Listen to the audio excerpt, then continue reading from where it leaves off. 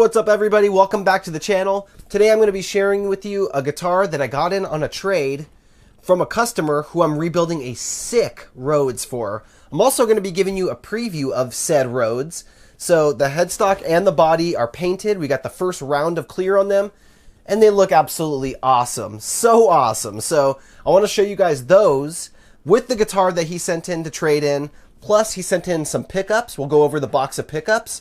And locally, I bought a couple cool things locally recently, including some video game stuff and a couple other things that if you want to make some extra money on the side, doing any type of reselling or going to your local Goodwills or garage sales, these are things to look out for that are easy flips that people love to buy on eBay. So let me flip the camera around, show you what I got behind me, and let's jump into it. All right, so this is the first guitar. This is something that I got in on a trade a week and a half ago or so. And I didn't show you guys the unboxing because it was the only guitar that came in that day. So I like to get a little more out of the unboxing videos than just one guitar normally.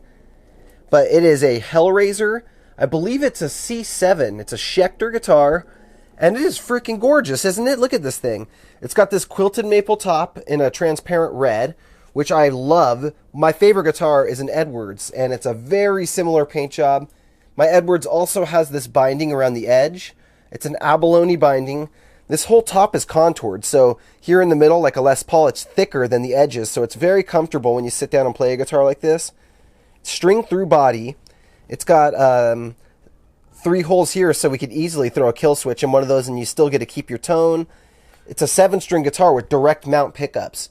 Beautiful guitar. If I played 7-string, this is the kind of 7-string I would want. Nice abalone inlays. They're kind of gothic, kind of they're like crosses or something. And it's got that beautiful asymmetric headstock. The headstock's got that chrome logo up there. It's got the binding on the headstock and of course the quilted maple that matches the body also up on the headstock. Beautiful guitar, neck through, so it's top quality here. I think like I said, it's a C7 locking Schecter tuners. It's made in Korea. One of my favorite places for guitars to be made. And it came in kind of stripped down. Not really, but it's got no strings and right now it has no pickups. But the customer also sent me a box of pickups, which I'm going to show you next. And there's a couple sets of 7-string pickups in there. So I've already got my choice of different kinds of pickups to put in this. If you're interested in this guitar and want to buy it outright, let me know. Send me an email, mark@guitarguts.com, because it's too beautiful. I don't think I want to refinish this guitar unless it sits around for like a year and a half and nobody offers me anything on it. Then I'll probably sand it down and refinish it. But I love that finish. I just love quilted maple tops. The transparent, the black cherry, I think is so gorgeous on it. It's 24 frets, 7-string. So it's ready to shred. It's ready to get your gent on, play some super deep breakdowns. And, of course, I can throw a kill switch in it, too, with a red LED. Or if you want one without an LED, that's cool, too. But, yeah, check that thing out.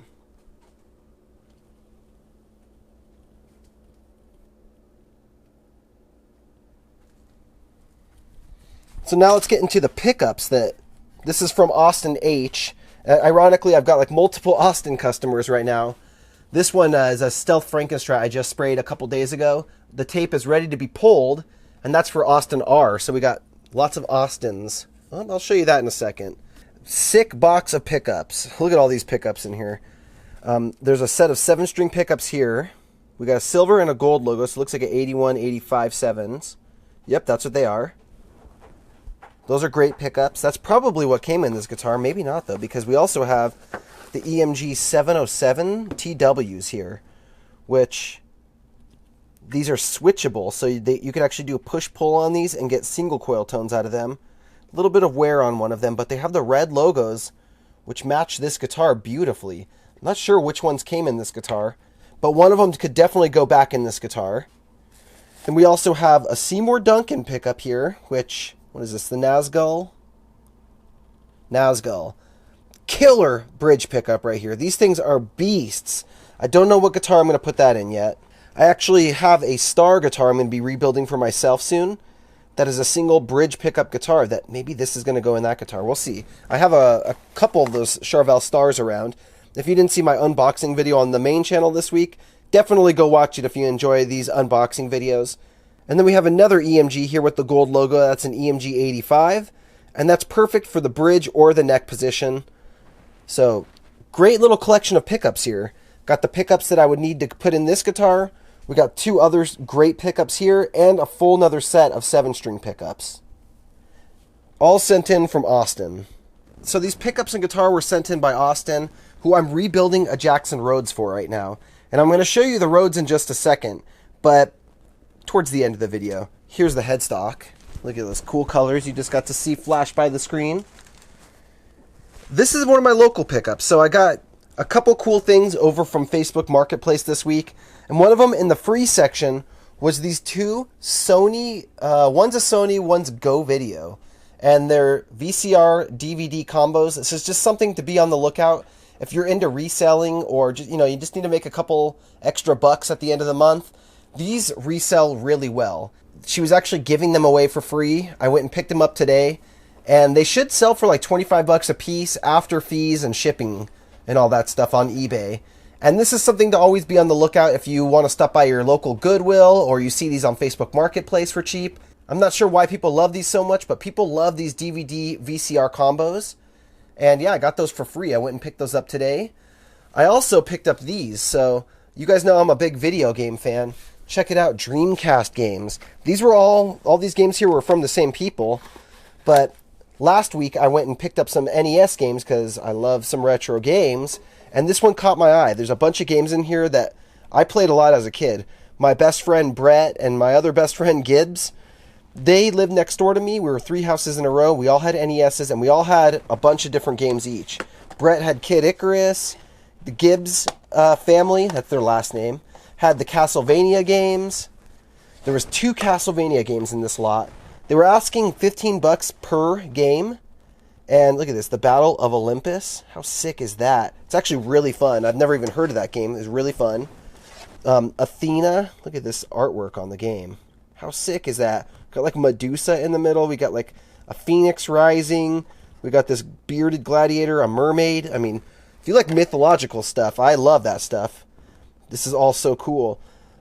Little Nemo Dream Master. This game, my buddy Brett had that one. And we used to play that one all the time as a kid. It was so fun. Kid Icarus and Dream Master are the ones that really caught my eye here. But then I realized there's a couple Castlevania games. Dracula's Curse, this Castlevania 3, and Simon's Quest, Castlevania 2. I need to get Castlevania 1 now. I've never played those games, and I just tried them out. They're so cool. I can't wait to get into them more. Ninja Gaiden 2 was in this lot. I already have Ninja Gaiden 1, so I love collecting things. Video games are pretty cheap to collect. Especially, I mean, I got 11 of them for like 110 bucks. And I'm going to flip a bunch. Tiger Heli, which is a helicopter, like war kind of game. Where's Waldo, which definitely flipping that one. Indiana Jones, horrible game. I tried that one out. Indiana Jones is cool and it's 80s and nostalgic and all that, but that game is horrible. And then Popeye.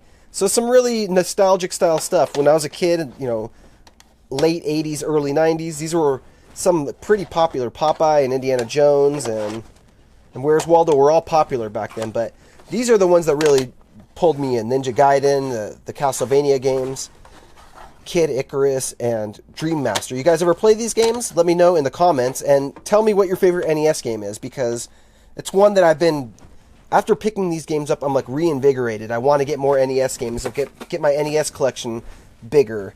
So, paid 110 bucks for these. I'm going to flip a couple of them and get most of the money back from just 4 or 5 of them, selling them, and then I get to keep the rest, so it's like adding some free games to my game collection. Check this out. The same person was selling a bunch of Dreamcast games, including Resident Evil Code Veronica. This is a game that was originally only released on Dreamcast. I didn't have a Dreamcast. I was a huge Resident Evil fan, and I never got to play this when I was younger. So I now have the PS2 version, Code Veronica X, but I'm going to flip it on eBay because I got this now. I got the OG real one. Look at this. The web browser. If you wanted to go online with your Sega Dreamcast, you would need this disc and then plug your phone line into the back of the Dreamcast, and you could go on dial-up internet. You would have to have some type of paid internet service as well. But the web browser, this is how you got to browse the web. Go www.blah blah blah and go to websites. Gundam Side Story 0079. Never played this, but I looked up all the value of these games. She was asking $255 for all the Dreamcast games. I offered her $130 because I looked up the value of them, and after selling them on eBay and the fees and all that stuff, you lose a lot of the value. She might have looked up, she had them individually priced, and she probably had them priced at eBay prices, but I'm not looking to keep all these. Really, this is the one that drew me in. I've always wanted this. It's like a $40 to $50 game, and I offered her $25 for that, or I said I could take them all off your hands for $125. And this is the only other one that's kind of making me want to keep it. I'm going to try it out and see how fun it is. I don't really play games as much as I wish I could. So I have certain games that I just never play. And this is one of them that before I flip it, I at least want to play it and see what all the hype is about. Because when Dreamcast first came out, this one was so popular. But we got the King of Fighters here. It says Dream Match 1994. So I saw that one's worth 15 to 20 bucks. Blue Stinger is like a $30 game. So that'll be going up on the EB. If you're interested in any of these, by the way, send me an email, mark@guitarguts.com, and we'll set you up with some Dreamcast games. Tony Hawk's Pro Skater. This game changed the world for me right here. When this game came out, it's what inspired me to buy a PlayStation. And I loved this game. I still love it. I have it for PlayStation, but I don't need it for Dreamcast as well. So I'll be selling that one. It's worth 20 bucks or so. This is worth $3 to $5. The Gundam one's worth, I think, 20 bucks or so. Blue Stinger's 20 to 30 bucks. So I ended up paying $125, and I think I can sell all of them for about $180 minus Code Veronica. So I can keep like that $40 to $50 game and still profit 50, 60, 70 bucks by selling these. But I'm considering keeping Crazy Taxi if it's cool enough and flipping just this stack here. Still, I mean, it's going to profit 20 to 30 bucks and get to add 2 awesome games to my game collection. So that's how you build a game collection nearly for free or even by making a little profit. If you really wanted to, you could take that $30 to $40 profit from those ones, go buy another lot of games, keep 1 or 2, sell the ones you don't need, and you got yourself a game collection started. And when I rebuild guitars for people, sometimes I take in trade-ins. I offer that I'll give you credit for your video games and for their guitars. If you have like old guitars you don't care about that need to be worked on and rebuilt, that you think I could do something cool with, I always take, I at least hear you out if you guys have offers for me. But yeah, I love taking in video game stuff. And sometimes, I don't need to have the biggest collection. What I want is the collection of everything that I like. So I do have a lot of stuff over there, but I get a lot of stuff in like big bundles and big trade-ins, and then I keep what I like out of it and then sell the rest. So if you have old video game collections that you don't want to deal with selling to like piece by piece out to people and you just want to give it all to one person, send me an email, mark@guitarguts.com. I might be interested in what you got, but understand that I'm going to be selling some of the stuff to make, to make my money back. And then I get to add certain things to my collection to build the collection up bigger and take the profit and put it towards more games or more guitar stuff or just into the bank to help, raise a family here. Every little bit counts. So check this out. This is the guitar I'm rebuilding for Austin H. So far, it's got 1 session of clear on it. Jackson, Rhodes. Look at that headstock. Purple to white burst. That is sick. With Crackle, of course. Black Crackle. Silver Jackson logo. So far, it is looking awesome, but it's going to need a bit more clear because when you do a textured, when you do a Crackle paint job, it leaves a texture on the guitar. And to get it to where it's like smooth like glass, you really got to build up a lot of clear. And right now I've got 1 full can of Spray Max 2K clear on this guitar and headstock. And it'll probably need 3 full cans. So what I'm going to do is, it's ready. I painted this like 10 or 12 days ago, so now it's ready to be sanded with 600. You don't want to sand too much after the first session of clear, but it was 6 or 7 coats of clear on this already. And if you sand too much, you will burn right through that clear coat into your paint and mess your paint job up. So what I'm going to do is give it a light sanding over the entire guitar. How awesome is this thing? This thing is so cool. And then, lightly sand the whole thing with 600 grit sandpaper. Bring it back out to the spray booth. And then I'm going to shoot way more clear, a whole nother can on it at once. You don't want to spray too much at once because then it's not going to dry evenly and you'll end up with a soft clear coat on it, which means if you set it down on a guitar stand or leave it on a towel, it's going to have impressions from whatever it was touching. So you really got to like put clear on one can or, you know, a few coats at a time. Let that cure, come back, sand it, add some more clear, and build it up over time. You can't just do 3 cans at one time and expect to get a hard clear coat. But yeah, this thing, it's ready, like I said, for 600 grit sandpaper and a second session. The second session is going to build up enough clear to where I can come through, sand it again, and sand it level. But that's not going to give me enough clear coat there to sand it level and then polish sand it and buff it out with compound, which is the process if you want a mirror finish. So I'll be able to get it level with 600 grit, bring it back out to the spray booth a third time for a third can of clear, shoot that on there, let that cure for 10 to 12 days.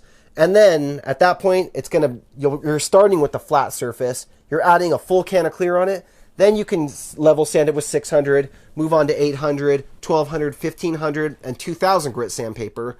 And that should be enough clear coat to where you're not going to burn through your clear coat into your paint job.